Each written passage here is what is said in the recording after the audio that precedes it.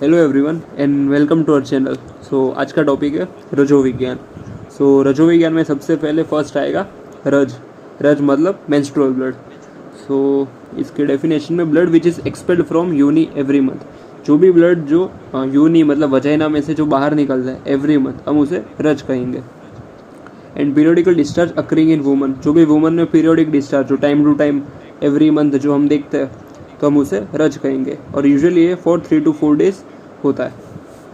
अभी रजोत्पत्ति मतलब formation of रजस। ये जो रज है इसका फॉर्मेशन कहाँ से होगा? अकॉर्डिंग टू आयुर्वेद देखें हम, ये जो रज है वो बेसिकली रक्त ही है। रक्त की उत्पत्ति हम देखेंगे अकॉर्डिंग टू धातु, तो रस से बनेगा रक्त। फ्रॉम रस रक्त बनेगा, और इसमें भी जो रस है उसके एसेंस पार्ट जो होता है उसमें से रक्त बनेगा, और ये जो रक्त है वो रज में कन्वर्ट होगा। तो ये थे रजोत्पत्ति। फिर अकॉर्डिंग टू डल्हन देखें तो उन्होंने भी यही बताया कि रस से स्तन्य आर्तव दोनों का फॉर्मेशन होगा।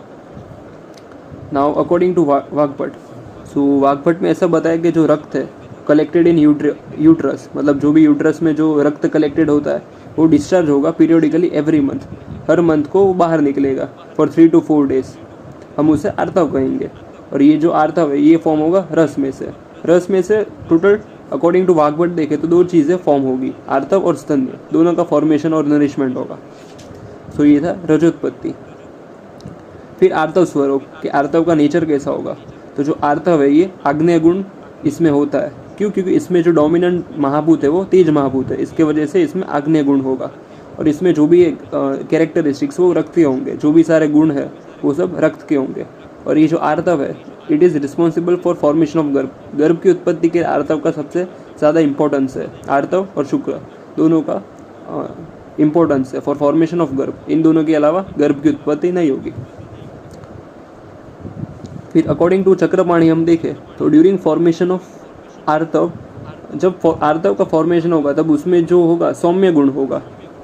और जब उसका एक्सक्रीशन जब वो बाहर निकलेगा like at the time of menstrual bleeding, उसमें तब होगा आग्नेय गुण।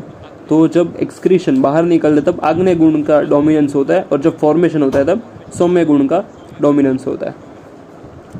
फिर है रज और आर्तव का प्रमाण। जो आर्तव का प्रमाण अकॉर्डिंग टू आयुर्वेद देखेंगे तो वो है 4 अंजलि, और अकॉर्डिंग टू मॉडर्न हम देखेंगे it is around 30 to 80 ml। Now शुद्ध आर्तव लक्षण, जो भी मेंस्ट्रुअल ब्लड है उसका नॉर्मल कैरेक्टरिस्टिक्स। उसमें जो श्लोक आएगा गुंजाफल सवर्णश्च पद्माकलक्त सन्निभम इंद्रगोप संकाशम आर्तम शुद्धम आदिशेत। ये जो श्लोक है वो चरक चिकित्सा स्थान का है। इसका ट्रांसलेशन देखेंगे periodic flow occurring every month. ये जो भी फ्लो होता है वो एवरी मंथ होता है for around 4 to 5 days. Devoid of पिचिल बर्निंग सेंसेशन एंड पेन। ये बहुत स्लाइमी नहीं होगा, बर्निंग सेंसेशन इसमें नहीं होगा, और पेन भी नहीं होगा। निदर हैवी नॉर स्कैंटी, बहुत ज़्यादा एक्सेसिव भी नहीं होगा, नॉर स्कैंटी मतलब बहुत कम भी नहीं होगा। और ये जो ब्लड जो निकलता है उसका जो कलर होगा वो गुंजा फ्रूट की तरह होगा, गुंजा फल की तरह होगा। पद्मा और इंद्रगुप इन सबको रिसेंबल करता है, मतलब इनके जैसा होगा। इंद्रगुप एक टाइप का इंसेक्ट होता है, वो भी थोड़ा रेडिश टाइप कलर का होता है। ये इसका कलर था। ये सब जो भी थे, ये जो मेंस्ट्रुअल ब्लड थे इसके कैरेक्टरिस्टिक्स थे according to Acharya Charak. According to Acharya Sushruta देखें तो श्लोक है शशास्रुक प्रतिमम यत्तु यद्वा लाक्षरसोपमम तदार्थमम प्रशसंति यद्वासो न विरंजयेत। मतलब इसके कलर में हम देखेंगे तो इसका कलर है शशास्रुक प्रतिमम, मतलब जो भी रैबिट जो है उसकी ब्लड की तरह इसका कलर होगा। और एक है इसमें ज्यूस ऑफ लेग, जो भी लाख होता है उसके रस की समान इसका वर्ण होगा, कलर होगा। And it does not stand the cloth. ये जो भी क्लोथ मतलब कपड़ा है उसको ये स्टेन नहीं करेगा, इसका दाग नहीं आने देगा। ये सब थे कैरेक्टरिस्टिक्स ऑफ शुद्ध आर्तव। ये अकॉर्डिंग टू सुश्रुत था। फिर ऋतु चक्र। अभी अकॉर्डिंग टू आयुर्वेद हम देखें ऋतु चक्र को हम कोरिलेट कर सकते हैं मेंस्ट्रुअल साइकिल के साथ। जैसे मेंस्ट्रुअल साइकिल में हम देखें 3 फेज होते हैं। मेंस्ट्रुअल फेज में 3 फेज होंगे, प्रोलिफरेटिव फेज, सेक्रेटरी फेज और मेंस्ट्रुअल फेज। वैसे भी ऋतु चक्र में हम देखेंगे तो 3 फेज ही होंगे, रजस्राव काल, ऋतुकाल और ऋतु व्यतीत काल। रजस्राव काल को हम मेंस्ट्रुअल फेज से कोरिलेट कर पाएंगे। ऋतुकाल को प्रोलिफरेटिव फेज और ऋतु व्यतीत काल को सेक्रेटरी फेज। तो इसका कोरिलेशन था। और जो ऋतु चक्र जो होता है मेंस्ट्रुअल साइकिल, ये अराउंड 1 मंथ का होता है। सो फिर हम आज इन 3 फेज को हम डिटेल में देखेंगे। फर्स्ट इज रजस्राव काल। रजस्राव काल को हम मेंस्ट्रुअल फेज के साथ कोरिलेट कर पाएंगे। सो रजस्राव काल में periodic expulsion of rajas from yoni can be termed as menstrual phase. इसमें जो होगा रजस्राव काल में, नाम में होता है रज और स्राव, मतलब जो भी रज है उसका एक्सपल्शन होगा, स्त्राव होगा, तो हम उसे रजस्राव काल कहेंगे। ये मंथली होता है और फ्रॉम योनि मतलब फ्रॉम वजाइना होगा, तो हम उसे रजस्राव काल कहते हैं और हम उसे मॉडर्न में मेंस्ट्रुअल फेज से कोरिलेट कर पाएंगे। इसका ड्यूरेशन देखिए तो according to Acharya Charak it is 5 days and according to Vagbhata it is 3 days। और मॉडर्न में भी हम देखें तो अराउंड 3 to 5 days तक ही होता है। नाउ ओरिजिन ऑफ आर्तव, कि आर्तव का ओरिजिन कहाँ से होगा। तो जो भी blood collected during whole month, जो पूरे मंथ में जो भी ब्लड कलेक्ट होता है वो जो 2 आर्तववाही धमनी है उसके द्वारा ये बाहर निकलेगी and it is slightly black in colour. और इसका स्पेसिफिक ओडर होता है, मतलब इसकी स्पेसिफिक स्मेल होती है और एक्सपेल होंगे बाय वायु। अभी कोई भी चीज़ बाहर निकालनी है तो उसमें वायु का इंपॉर्टेंट रोल होगा, क्योंकि कोई भी बाहर निकलेगा तो उसमें मूवमेंट होगा और मूवमेंट में जो भी प्रधान दोष है वो वायु है, और वायु में भी स्पेसिफिक अपन वायु का इसमें रोल है। ये जो ब्लड निकलेगा वो योनि मुख से, वजाइना में से बाहर निकलेगा। सो रजस्राव काल में इम्पोर्टेंट ये है कि सिर्फ जो भी ब्लड है वो बाहर निकलेगा, उसका एक्सपल्शन होगा। और इसमें जो भी मेन है दोष है वो वात दोष है, और वात दोष में भी अपान वायु का सबसे ज़्यादा कर्म होगा। फिर है ऋतुकाल। सो ऋतुकाल को हम मॉडर्न में कोरिलेट कर पाएंगे ओव्यूलेशन के साथ या फिर प्रोलिफरेटिव फेज के साथ। सो ये काल जो है ये कंसेप्शन के लिए सबसे बेस्ट काल माना जाता है। Woman who consume ghee milk daily, मतलब घी और मिल्क जो भी वुमन कंज्यूम करेंगे तो ये सब जो आहार है उससे कफ बढ़ेगा। सो उससे जो भी ऋतुकाल जो भी कंसेप्शन के चांसेस है ये बढ़ जाएंगे, क्योंकि इससे जो आर्तव है वो ज़्यादा टाइम तक रिटेन रहेगा, तो इससे भी जो कंसेप्शन के चांसेस है वो ज़्यादा रह जाएंगे, क्योंकि घी और मिल्क कफ को बढ़ाएंगे। और ऋतुकाल में ओव्यूलेशन होता है। So ovulation is considered as best time for conception. Conception के लिए जो भी टाइम है ये बेस्ट माना जाता है। सो ये था ऋतुकाल। इसमें जो डोमिनेंट दोष है वो कफ है।